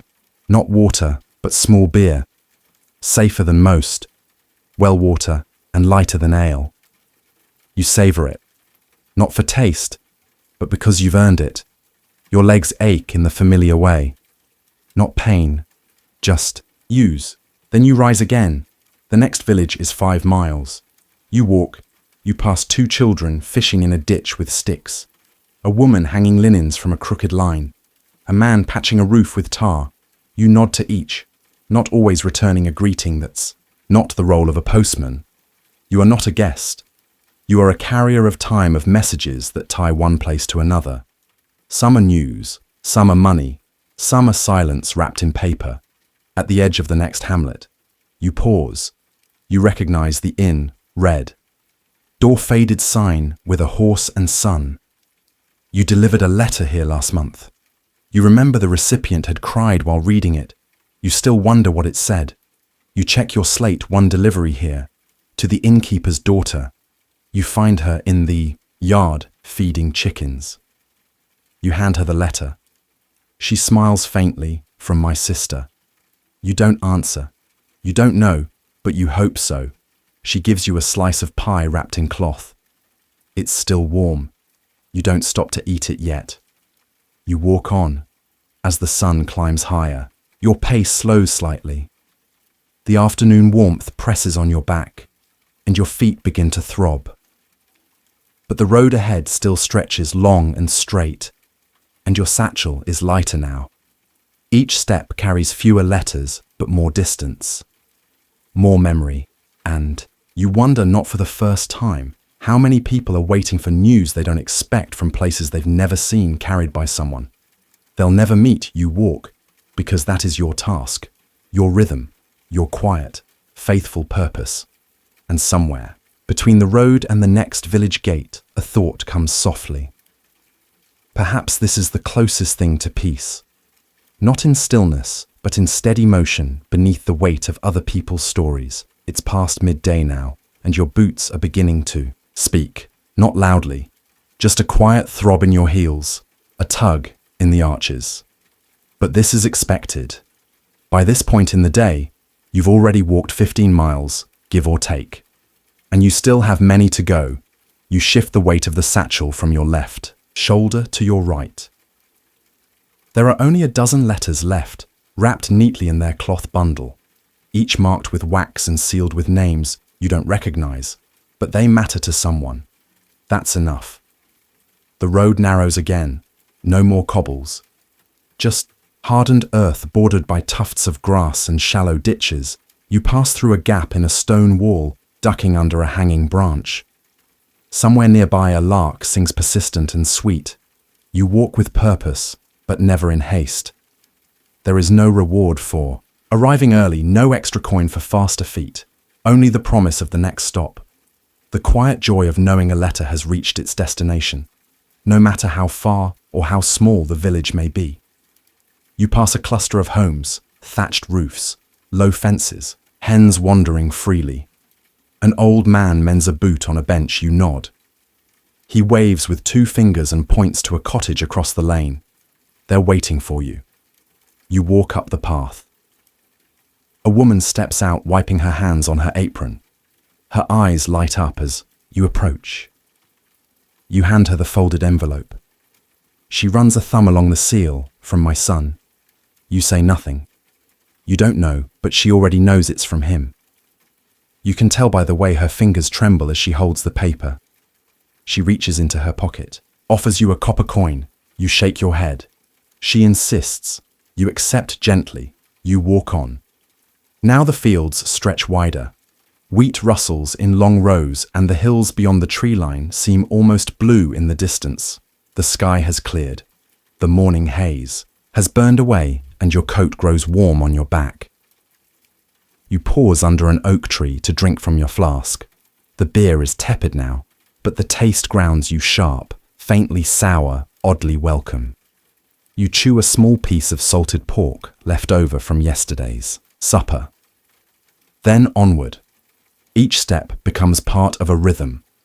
Boot breath. Boot breath. You begin to count the fences, a habit you've developed for the long stretches. 13 rail fences, 3 stone walls, 1 iron gate. You spot a red kite circling overhead and take it as a good sign. You smile slightly. You think about the people who will open today's letters, merchants and midwives, sons and soldiers, spinsters and schoolboys. You wonder how many of them will cry, how many will laugh, how many will fold the paper and tuck it in a box for years to come. You remember a time weeks ago when you delivered a message to a house with ivy crawling up every side. The woman had read it on the spot, then smiled, then burned it in the hearth. Not every letter is meant to be kept at mile 18. You come to a village that hugs the river. You cross a small footbridge, nod to the fisherman cleaning his net and follow the curved lane up toward the hill cottages. 3 letters here. 1 to a baker who smells of flour and cinnamon. 1 to a quiet man who opens the door without speaking, simply nodding and closing it behind him. And 1 to a child, a girl no more than 7 stands at the gate as if expecting you. You pull the envelope from your satchel and read the name aloud. She beams, "It's from my aunt in London. I told Papa it would come today." She takes it and skips inside, waving the letter like a banner. You stand there a moment longer smiling, then you move on, down the hill again, through the reeds near. The water past, a pile of broken wagon wheels and a leaning cart. You stop briefly at a roadside inn, not for drink but to trade news. The innkeeper, a burly man with an apron stained with ale, hands you a slip of paper, a reply letter sealed just moments before. "Be gentle with it," he says. "My wife spent an hour picking the words." You tuck it into your bundle with care.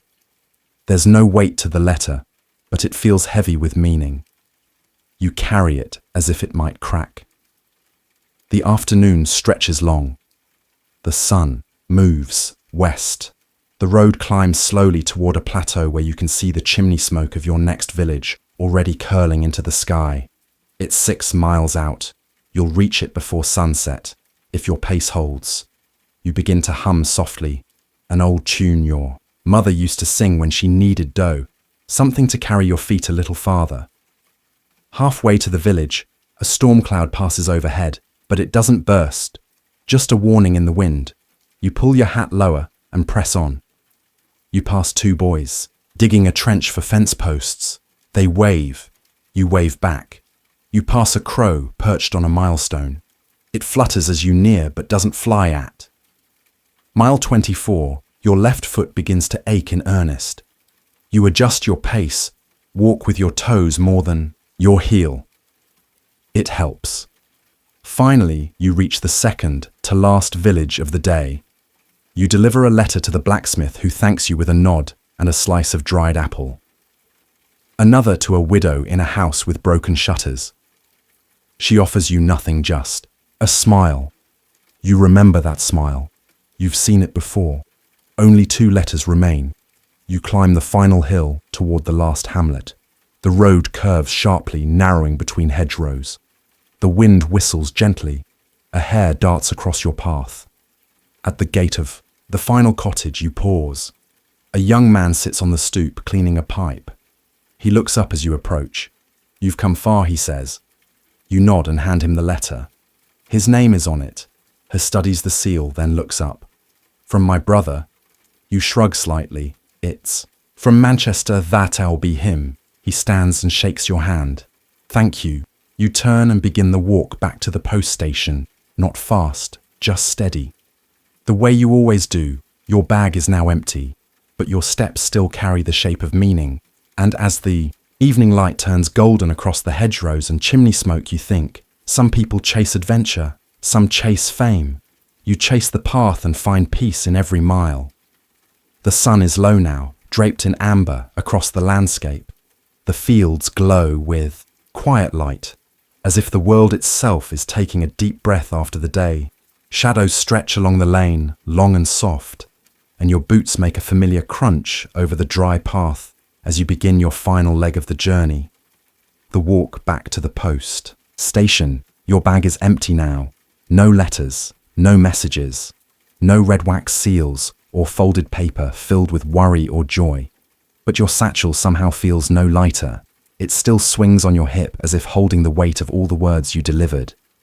You pause. By a low stone wall to rest. You've walked more than 30 miles today, perhaps closer to 32. But you've stopped counting. Your legs ache in the way they always do at this hour. The ache that comes not from pain but from use. Your feet are sore, your shoulders sag, and your coat smells faintly of smoke and earth. But none of that feels wrong. From here you can just make out the slate roofs of the town where you began, tucked between two distant hills. There's a line of chimney smoke rising lazy and slow. Someone is preparing supper. You imagine stewed turnips, thick bread, salted pork. You imagine a quiet bench by a fire. You keep walking. The path dips into a narrow wooded hollow, trees overhead, like arms crossed in blessing. You pass through dappled light where birds rustle in the undergrowth, and a small stream gurgles beside the trail. The earth here is soft and forgiving. A man passes you going the other way, driving a cart piled with kindling. You nod. He raises 2 fingers in greeting. No words are exchanged. None are needed. At the end of the hollow, you emerge back into pasture land. A cow watches you from behind a stone fence. You tip your hat. She blinks unimpressed. There's a rhythm to this return walk, a kind of reverse meditation. No more drop-offs, no more anticipation, just retracing your steps, letting your mind wander, reviewing faces and moments from the day, the girl at the gate, the letter burned by the hearth, the man who handed you a coin and didn't meet your eye. Each moment held something, and now it's yours. You stop beside a fallen tree trunk, sit for a moment and remove. Your left boot, there's a blister on your heel. You pack it with moss dry and soft, then lace up again. The pain eases just enough. You rise. This too is part of the job. Not just walking, but adapting, listening to your own steps, learning how the road wears down leather and muscle and pride, and how to keep going anyway. You begin to see more signs of town. Now a fence post with fresh paint, a child's kite tangled in a hedge, the sound of a dog barking beyond a cottage wall. A smell of coal smoke and barley porridge reaches your nose. Home draws closer, but there is no rush. You pass the edge of a barley field, where 2 boys are chasing each other with sticks pretending to be soldiers. One of them stops as you pass, eyes wide. Are you the letter? Man, you nod. Did you ever deliver one to a king? You think a moment. Not yet. The boy grins and runs off again, waving his stick like a sword. The final mile is uphill, a gentle, steady rise that pulls at your calves. You walk it the way you always do. 1 foot in front of the other, neither fast nor slow.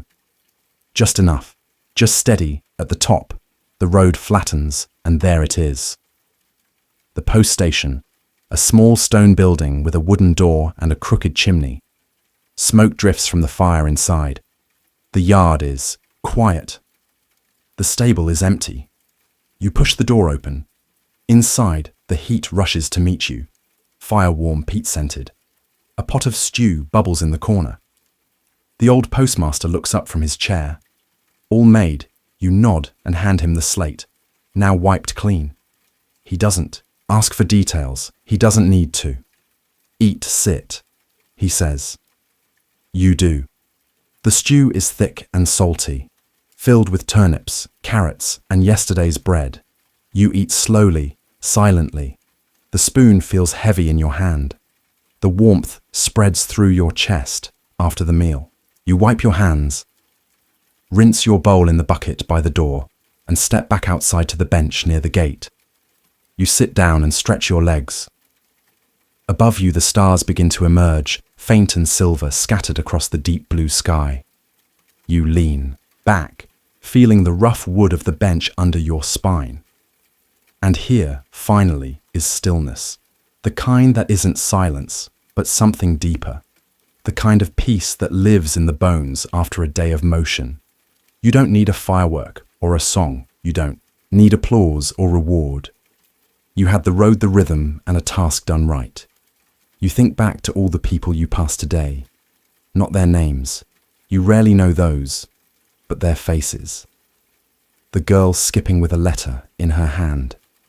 The man who stared at the paper for a long time before going inside. The woman who smiled with tears in her eyes and didn't say a word. You were part of that quietly, briefly a messenger. Not of your own thoughts or your own fame, but of other people's words. And that was enough. You think of something an old letter runner once told you when you were just starting. A postman's worth isn't in what he says. It's in what he carries and how faithfully he carries it. You didn't understand it then, but you do now. The stars shimmer. Your satchel, now resting on the bench beside you, smells of wax and paper and earth. Tomorrow it will be filled again. New names, new messages, new miles, and you'll walk. Not for glory, not for praise, but because the road is waiting. And someone somewhere is waiting to open a letter and feel remembered. And as the wind rustles gently through the hedges behind you, you smile at a final thought. The world is wide, but your path is steady. And that too is a kind of greatness. The sun had not yet breached the distant hills, but the horizon already glowed with a faint promise of day. A thin mist hung over the damp grass, curling around the base of the monastery walls and slipping quietly through the narrow archways. Somewhere beyond the cloisters, the soft creak of wooden doors and the whisper of sandals on stone marked the beginning of another slow, deliberate day. You are not in the scriptorium today, nor among the herb beds. Today, your task lies beyond the cloister garden, at the edge of the monastery's land, where a stream winds patiently through the woods and turns the worn wooden wheel of the mill. The path is narrow, pressed in on either side by wet ferns and low trees.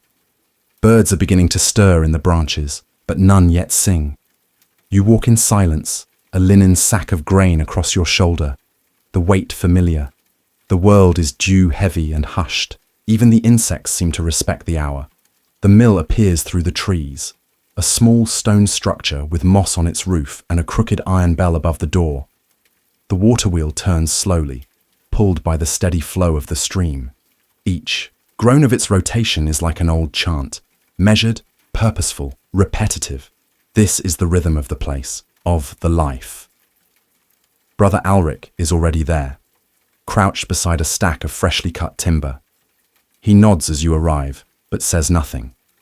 Words are few here, and none are wasted.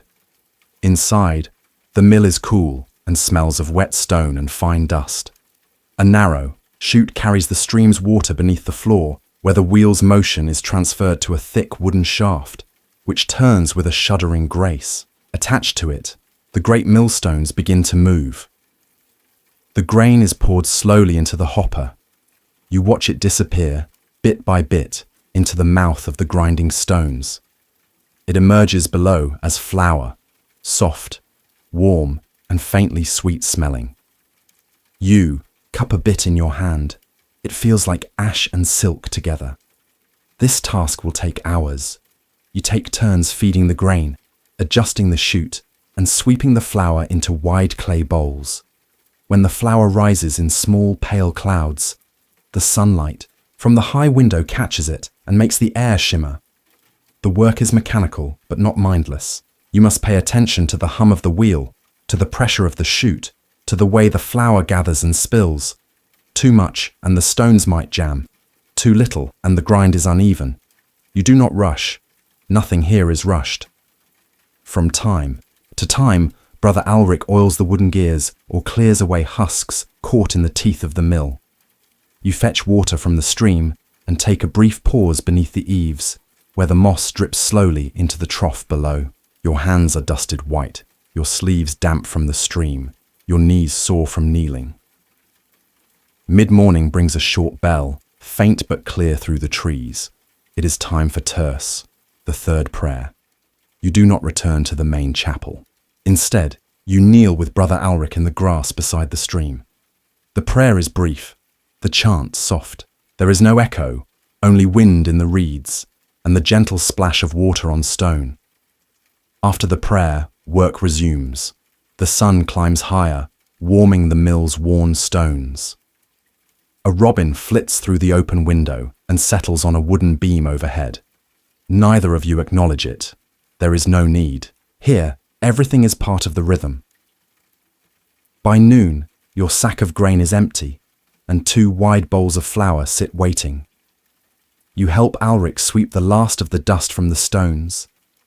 He blesses the flour with a brief sign of the cross, and you carry it, balanced on a wooden board, back down the path toward the kitchen. The day is far from over, but for now, your task has been clear, useful, and complete. You have not spoken more than a handful of words, but your body remembers every motion. You are not the miller. You are not the stream, but you are a part of both, and that is enough. The walk back to the monastery kitchen is slow and steady. The flour shifts gently with each step, rising in small puffs from the shallow bowls you carry. The path bends beneath the branches of fruit trees that, in early spring, are just beginning to bloom. Petals have begun to fall, softening the earth beneath your feet. As you approach the kitchen, the air changes. It smells of warm stone, soot, and bread not yet baked. Brother Matthias is already there, sleeves rolled above his elbows, a smudge of flour along his jawline. He does not look up as you arrive, but you set the bowls beside him and nod. He nods in return. In the monastery kitchen, silence speaks well enough. The kitchen is not large. The oven is made of clay, its mouth blackened from years of use. A long wooden table takes up most of the space. Beside it, shelves hold dried herbs, bundles of garlic, and small clay jars labeled with faint, careful ink. Fennel, mint, salt, ash. You wash your hands in a basin of cold water and begin to knead. The flour is mixed with a bit of ale and water, a touch of salt, and a spoonful of old dough kept alive from the last batch.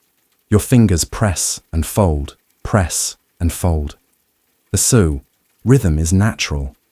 Like the wheel, like the chant, like the seasons. Brother Matthias works beside you. He says nothing, but occasionally hums a plainchant tune, low, slow, and without melody. It is not for music, it is for presence. The same way the bees hum in the hives, the same way the stream hums against the wheel. The dough is shaped into small, round loaves. Each is marked with a cross, not for decoration, but for blessing. You place them near the hearth to rise beneath. A clean cloth.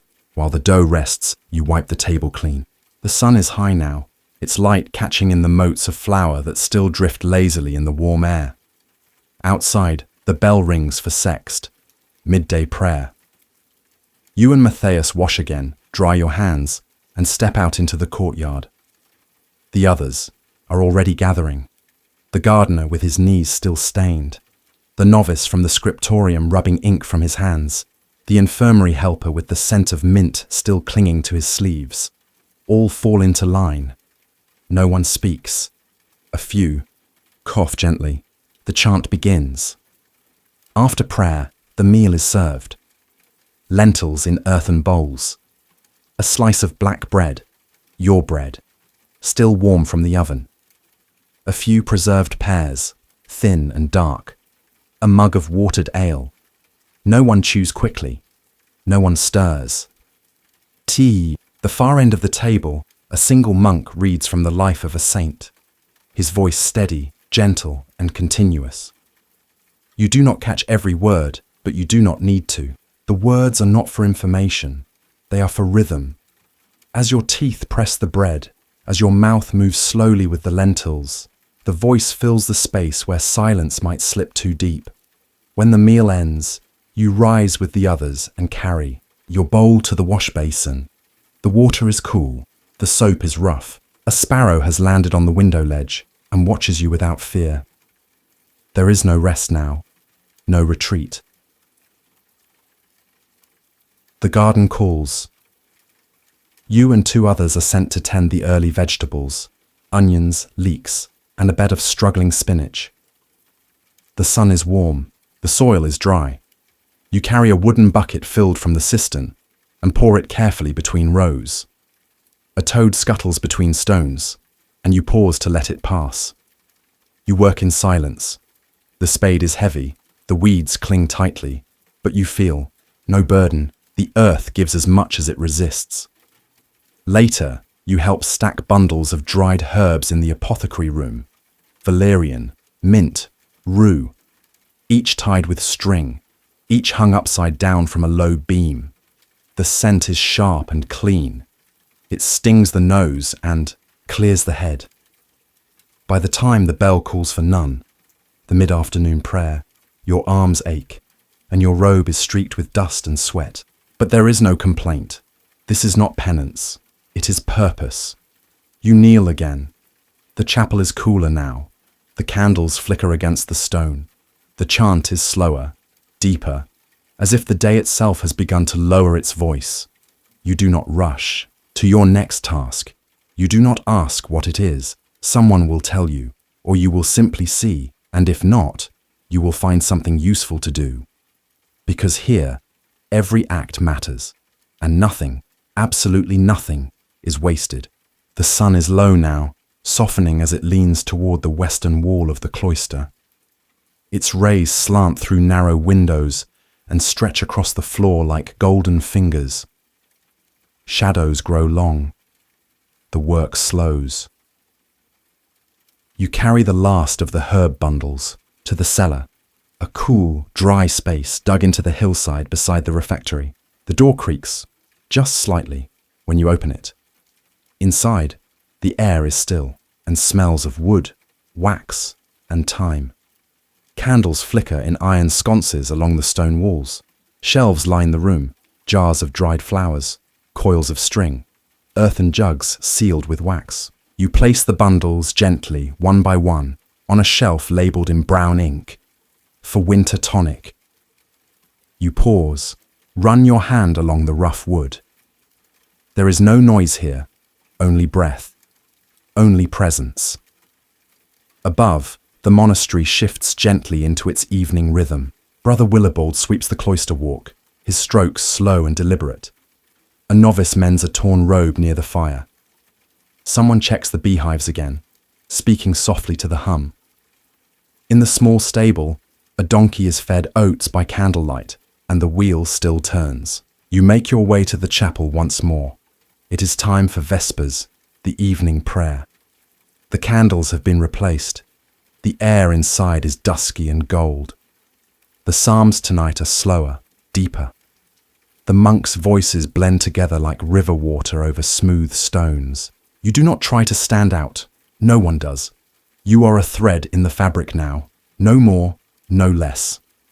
After prayer, the evening meal is served, the lightest of the day, a broth of root vegetables, a slice of coarse rye bread, a few boiled beans. You chew slowly. The words read aloud are not scripture this time, but the sayings of the desert fathers, old monks who once wandered the wilderness with nothing but silence and sand. Their words are simple and strange. One line lingers. Sit in your cell, and it will teach you everything. You return to your cell when the sun has slipped entirely behind the trees. The sky is now deep blue, nearly black. Stars have begun to bloom, one by one. You do not light a candle yet. You sit on the edge of your cot, letting the quiet expand. You think of the mill, the flour, the kneading. You think of the bees and their perfect rhythm. You think of the bell, always the bell, steady, ancient, unquestioned. And you feel something small but real. A kind of peace that does not glow brightly, but warms like embers under ash. Compline comes. The final prayer. The word itself feels like a sigh. Completion. You walk the cloister for the last time today. The stone is cool beneath your feet. Somewhere beyond the monastery walls, a dog barks, and a door creaks in a distant cottage. But here within these walls, only stillness remains. The monks gather slowly. The chapel glows faintly. One by one, they kneel. You do too. The chant is barely above a whisper, a lullaby to the soul. When it ends, no one lingers. You return to your cell. You light a candle, just briefly, to see your way. The tiny flame dances in the corner. Then, with a slow breath, you blow it out. Darkness. Not threatening, not cold, just complete. You lie back on your cot. The wool blanket is scratchy, but familiar. The stone wall at your back is cool, but steady. And as your eyes begin to close, the final thought drifts across your mind, light as a feather, slow as a falling leaf. The mill still turns. The bell will ring again. And that is enough.